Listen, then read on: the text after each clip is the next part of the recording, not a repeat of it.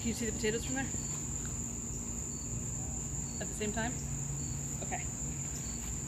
So this is one of the 3 bags, and we're gonna try emptying it and seeing what's in it. And it has rained a lot, so I had the potatoes covered for the last 2 nights, but they're still a little bit wet.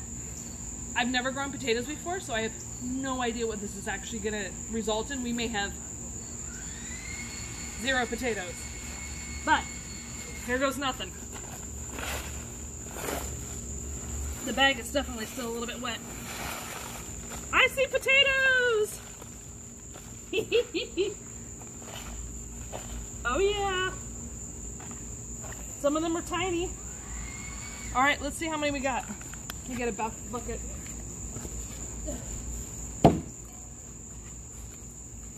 Alright, 1, 2, 3, tiny baby. That's kind of squishy, I don't know. 4, well, I won't count them, I'll just get them out. Some baby ones, we probably should have waited another week for the baby ones. Sorry if I'm getting it on you, honey. Mm-hmm.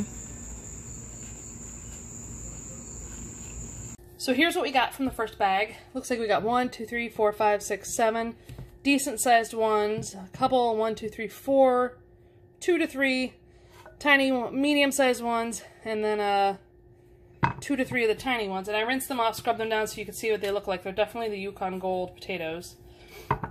And I went ahead and, so from this, there were several really rotten potatoes that were just, you know how bad rotten potatoes smell? They were disgusting.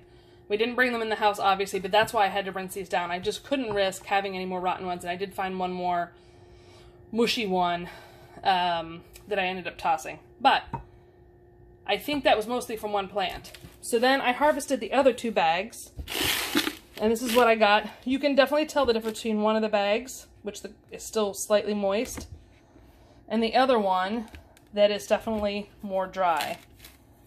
And I'm going to have to check the skins on these to see if any of them are good enough to hold over. I think I will be able to store these without having to rinse them or anything. Probably store them for a month or 2. You're supposed to store them all winter. I have potato sacks. Tell me that's not mold. No, well, no, it's just dirt. Okay.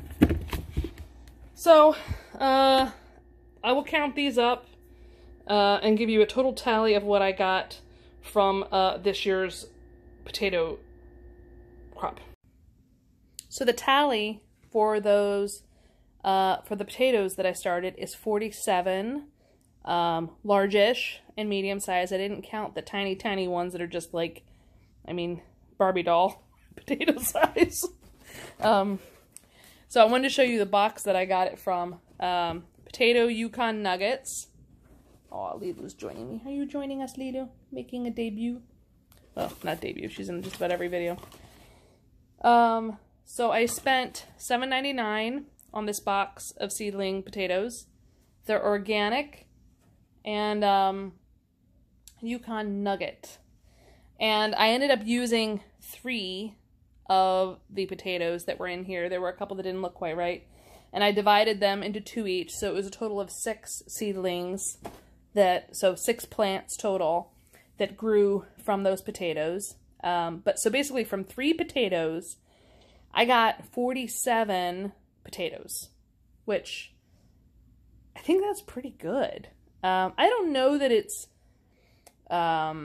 necessarily dollar value, like $8 for the seedlings, and then 47 that I got there. You could probably get a bag of potatoes with the equal amount of poundage for $5 or $6. So I don't know that in terms of money-wise it was necessarily valuable. But 1, it's organic. 2, I know what went into it. 3, I've heard that, I haven't eaten them yet, so you'll get a review of that, but I heard that they're quite tasty when they're first harvested. And, you know, it's just nice to know that I can grow potatoes. Some lessons learned.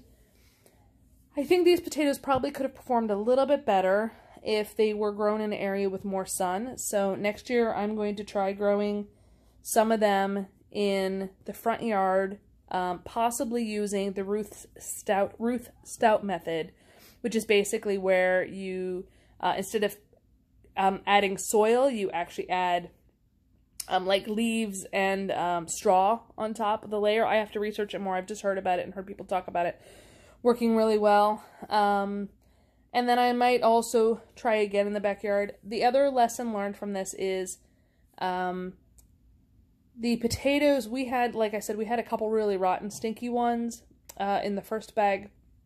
And I think it's because I left them too long and the rain got to them. And I had covered them with a tarp over the last couple days, but sometimes the tarp came off and the rain got into a few of them, and I think that bag was one of the ones that the rain had gotten into. So I would say that definitely cover your potatoes once they start dying back, if you can, to help them dry out.